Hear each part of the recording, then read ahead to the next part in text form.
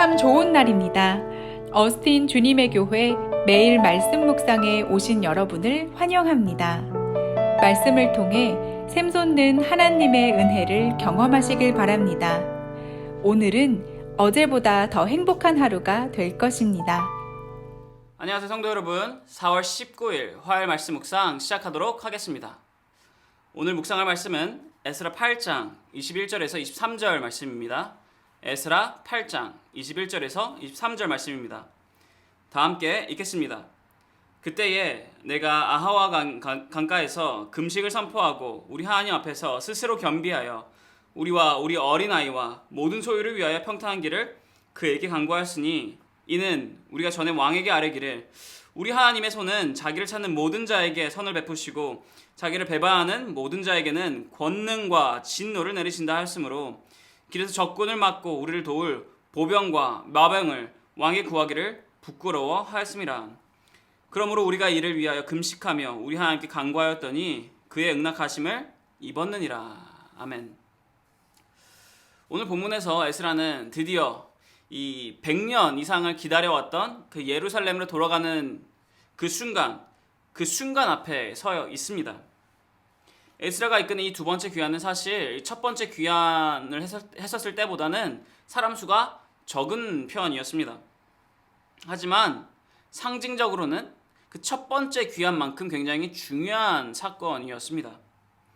스룹바벨이 이끌었었던 이 첫 번째 포로 귀환 이후에 예루살렘에는 이 성전이 만들어졌습니다. 그런데 문제는 성전이 만들어졌음에도 불구하고 그 성전에서 올바른 예배, 올바른 제사를 이끌 리가 없었다라는 것입니다. 그러다 보니 성전은 세워졌음에도 불구하고 사람들은 예배와 제사가 올바르게 이루어지지 않았고 흐지부지 되었습니다. 지금까지 이 예루살렘으로 오면서 불타올랐던 사람들의 이 이스라엘 사람들의 이 신앙심은 다시 식어져 가고 있었습니다. 이러한 상황을 알고 있었던 에스라는 하나님의 말씀을 받아 하나님의 인도하심을 받아서 이 두 번째 귀환을 할 때 올바른 예배, 올바른 제사를 이끌 수 있는 그리고 하나님의 말씀을 가르칠 수 있는 이 레위인들, 이 제사장들을 데리고 가기로 하였습니다. 즉 하나님의 이 올바른 말씀이 선포되냐 선포되지 않느냐가 결정이 되는 굉장히 중요한 이 사건이라는 것입니다. 이 중요한 사건, 이 큰일에 앞서 이제 에스라는 마지막 한 가지만 결정하면 됩니다. 어떠한 결정이냐면 바로 호의를 받으며 예루살렘으로 돌아가느냐 아니면 호의를 받지 않고 예루살렘에 돌아가느냐입니다. 에스라 7장 9절에도 쓰여있듯 지금 현재 이스라엘들이 잡혀있는 그곳에서부터 예루살렘까지 돌아가는 길은 4개월 정도의 시간이 걸리는 여행길입니다. 뿐만이 아니라 이렇게 긴 여행 시간이 걸리는 것뿐만이 아니라 지금 현재 돌아가야 하는 인원들도 기록되어 있는 자들만 1770명가량이 됩니다. 즉 어린아이들과 여자들을 이 인원에 포함을 시킨다면 5000명이 넘어가는 사람들이 지금 2차 포로 귀환을 하고 있다라는 것입니다. 거기에 더해서 지금 이 인원들이 예루살렘으로 가지고 돌아가는 그 물자들은 바로 금 그리고 은들입니다. 8장 26절 그리고 27절에 이 어떠한 물품들인지 자세히 쓰여 있는데 여기에 쓰여 있기를 은이 650달란트, 은 그릇이 100달란트, 금이 100달란트, 금잔이 20개, 녹그릇이 2개였습니다.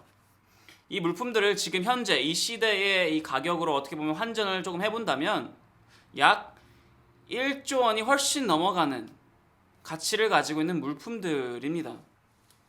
즉 지금 이 2차 포로 귀환이 되는 이 여행길에는 오랜 시간 많은 인원이 굉장히 많은 귀중품을 가지고 가야 하는 여행길이라는 것입니다. 이러한 여행에 호의가 필요하겠습니까? 아니면 호의가 필요하지 않겠습니까? 이 여행길을 지켜주는 자들이 그렇게 무장을 하고 호의를 해야 하는 자들이 필요하겠습니까? 필요하지 않겠습니까? 당연히 호의할 사람들을 구하는 것이 상식적인 것 아니겠습니까? 게다가 뿐만이 아니라 지금 이들을 풀어주고 있었던 이 포로를 풀어주었던 이 아닥사스다 왕, 이 왕은 이 이스라엘인들을 다시 예루살렘으로 보내면서 이렇게 말하였어요. 너희들이 귀환하는 데 필요한 그 모든 것을 구하라. 내가 그것을 해주겠다. 만약에 에스라가 원하였다면 아닥사스다 왕은 충분히 이 군 무장을 한 호위들을 함께 대동시켜 왔을 것입니다. 호위를 보내주었을 것이에요. 그럼에도 불구하고 에스라는 너무나도 이 답이 뻔히 정해져 있는 이 결정에 에스라는 고민을 하게 됩니다. 어떻게 해야 할까? 왜 고민을 하냐? 그 이유가 오늘 본문 8장 22절에 나와 있습니다. 다 함께 한번 읽어보겠습니다. 이는 우리가 전에 왕에게 아뢰기를 우리 하나님의 손은 자기를 찾는 모든 자에게 선을 베푸시고 자기를 배반하는 모든 자에게는 권능과 진노를 내리신다 하였으므로 길에서 적군을 막고 우리를 도울 보병과 마병을 왕에 구하기를 부끄러워하였음이라. 아멘. 에스라는 이미 아닥사스다 왕에게 하나님은 어떠한 분이신지를 설명을 하였어요. 하나님께서는 하나님의 찾는 자를 무시하지 않으시고 그들의 앞날을 보살펴 주시고 지켜주시고 보호해 주신다 말했습니다.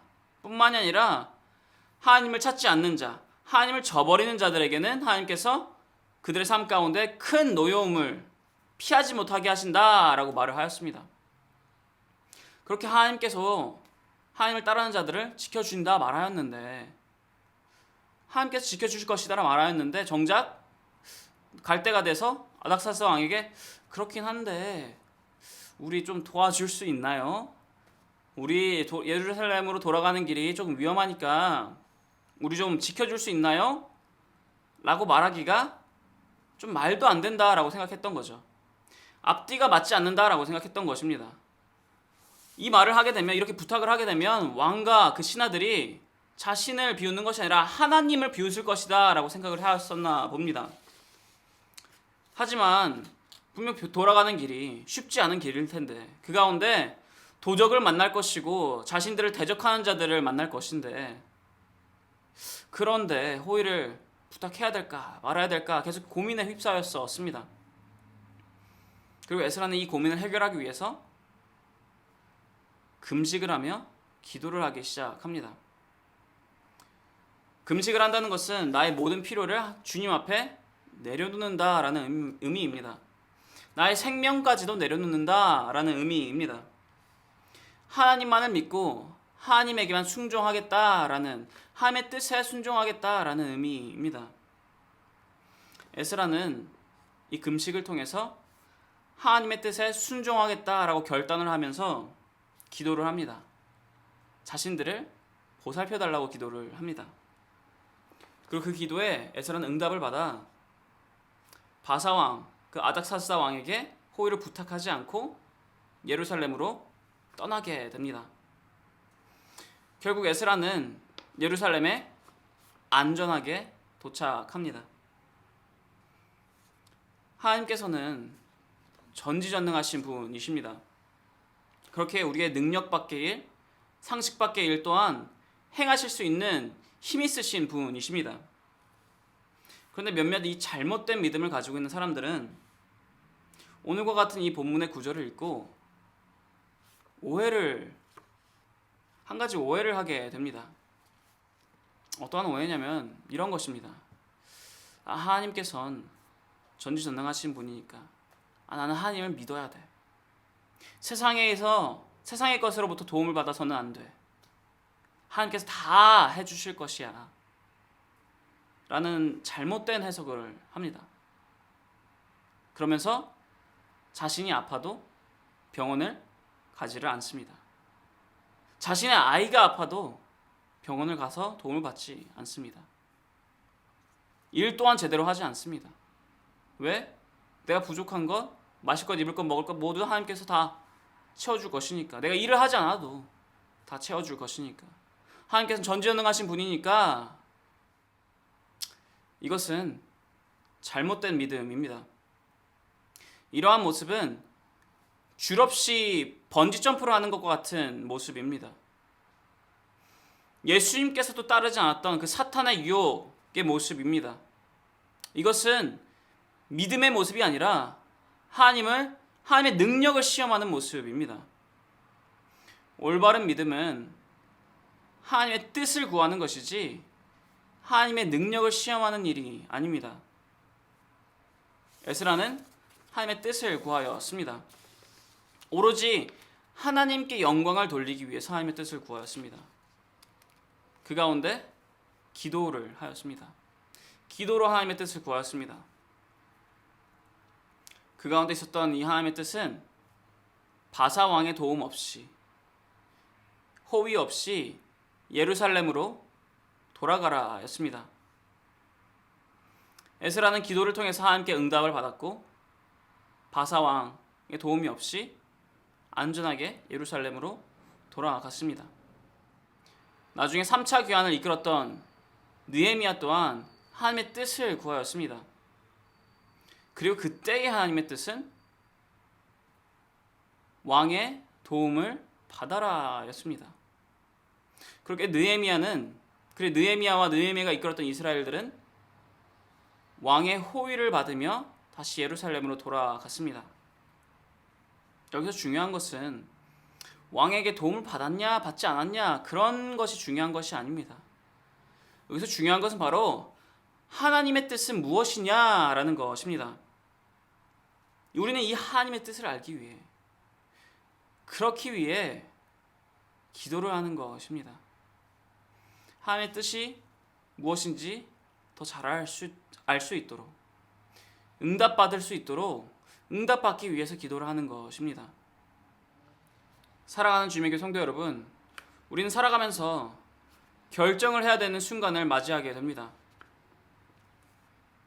그때마다 그 결정을 해야 되는 순간을 맞이할 때마다 조바심을 가지며 행하기 이전에 우리는 기도를 하며 나아가야 합니다. 하나님께서는 우리의 기도를 들으시고 우리에게 하나님의 뜻이 무엇인지 우리에게 반드시 응답해 주실 것입니다.